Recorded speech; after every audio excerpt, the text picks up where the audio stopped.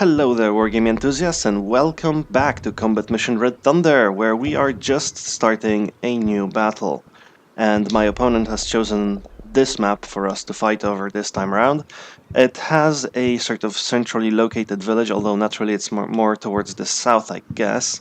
And since the south is where we are probably starting, I think that's what the blue bar means. Then that's going to be interesting because the enemy will have to approach using forest and we will have to approach using buildings. Apart from that, the village is pretty sparsely spaced, so the buildings are not very tightly set up. They're quite far apart. So it's not going to be a town fight where you have to run from building to building, but we will have to secure the area quite well, I think.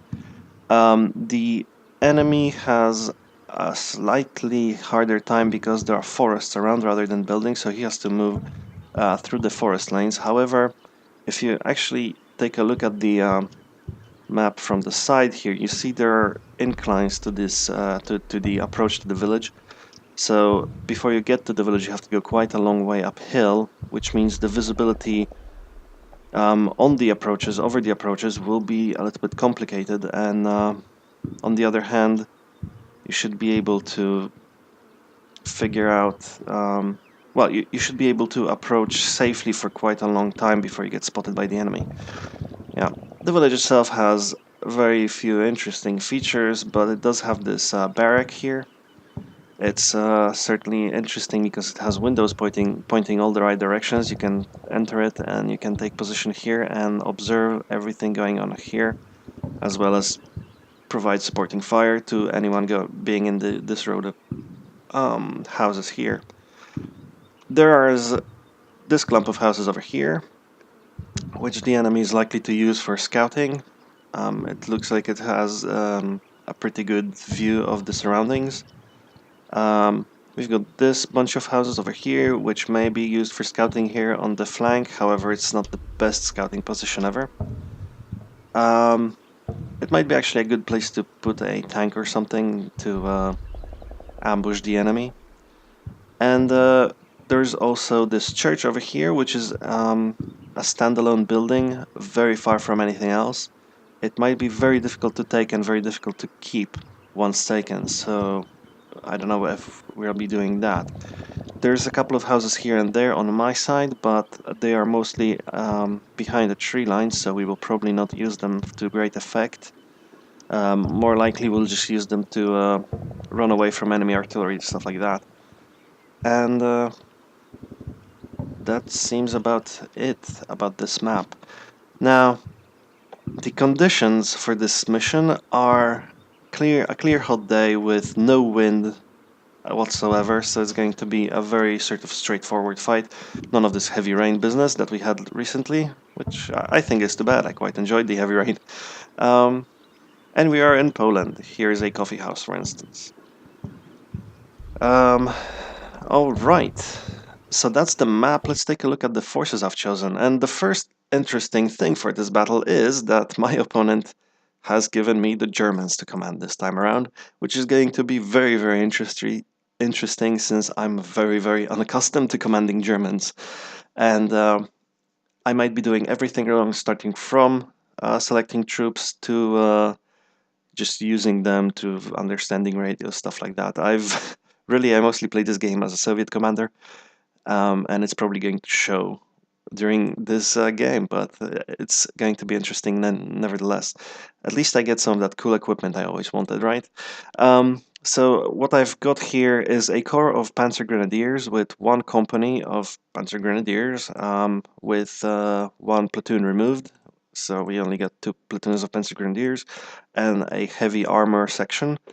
The heavy armor section is two machine gun sections, which, as far as I understand, means I think 4 machine guns altogether. Heavy machine guns, so MG34s, MG42s, right? Probably. We've got a mortar section over here. That's 2 squads of medium mortars, which means 2 medium mortars, I think. And a HQ team.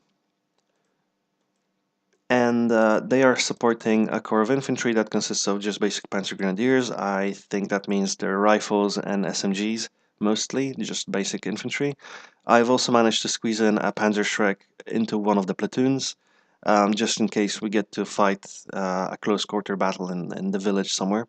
But to be honest, I don't have a great. Um, I don't believe we'll be using that Panzerschreck particularly well in this battle because of the open spaces that we have everywhere. Um, Now, for that, we have this heavy company over here.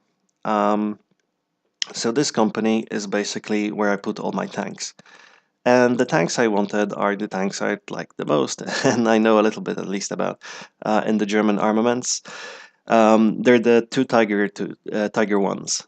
So we've got a veteran Tiger and a regular Tiger, both with high motivation. They'll be our core armored units, and that basically ran out my rarity points, so I couldn't take any more interesting equipment. So then I took whatever tanks I could that wouldn't cost me rarity, and these turned out to be um, Panther Gs, the early version. And I don't really have an idea about what the difference between versions is with the Panthers, but I also have this idea that in my head that Panthers are not particularly good in this game. They tend to be a little wonky. But it's better than nothing. Our other choice was Panzer 4H, which I think has an inadequate gun for the duels that we're probably going to perform in an open map like we have.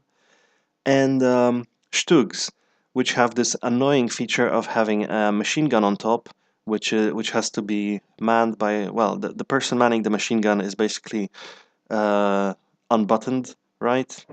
So whenever he gets close to infantry, the Stug just loses a crew member, and then if you do that enough times, 3 times I think to be exact, you're going to lose all the crew in your tank except for the driver, which is very pointless. So you have to keep them at a distance, and that limits the possibility of using them in tactical situations. So I figured I'd risk it with the Panthers, but really I'm counting on these Tiger 2s to be my main force.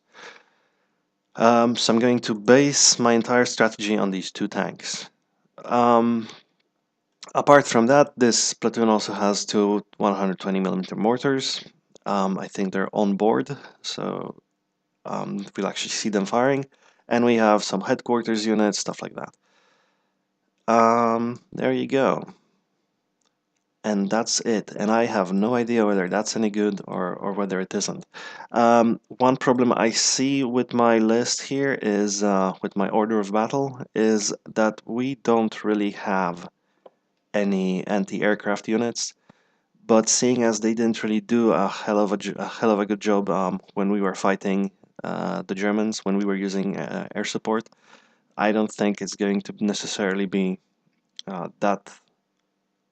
I don't think they would have made that much of a difference even if we had them. So I'm not going to have them, especially that they cost rarity points, which is the important part. Um, and apart from that, I might have taken a little bit too much infantry. I don't know. Whether this is an infantry battle or not, I have no idea. It probably isn't. So taking 2 platoons might be a bit of an excessive thing to do.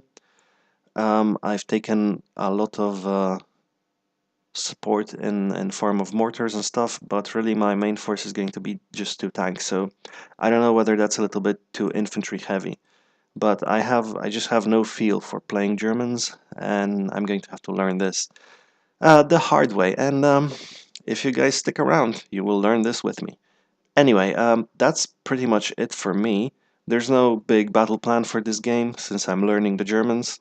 There isn't any particular plan for this particular map either because it seems so standard and there isn't any interesting conditions that are going to impede just basic operations where we're going to try and we're going to try and use our tanks to take out enemy tanks, and once we've managed to do that, we're going to probably move in using our infantry. That's sort of the basic battle plan, but it's nothing special.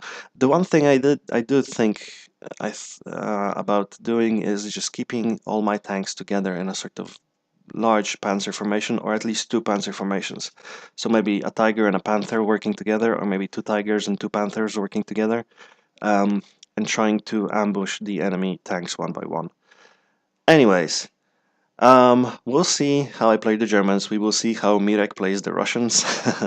um, and we're probably going to have an interesting time, if nothing else. So, see you guys when we're doing deployment. I'm signing off now.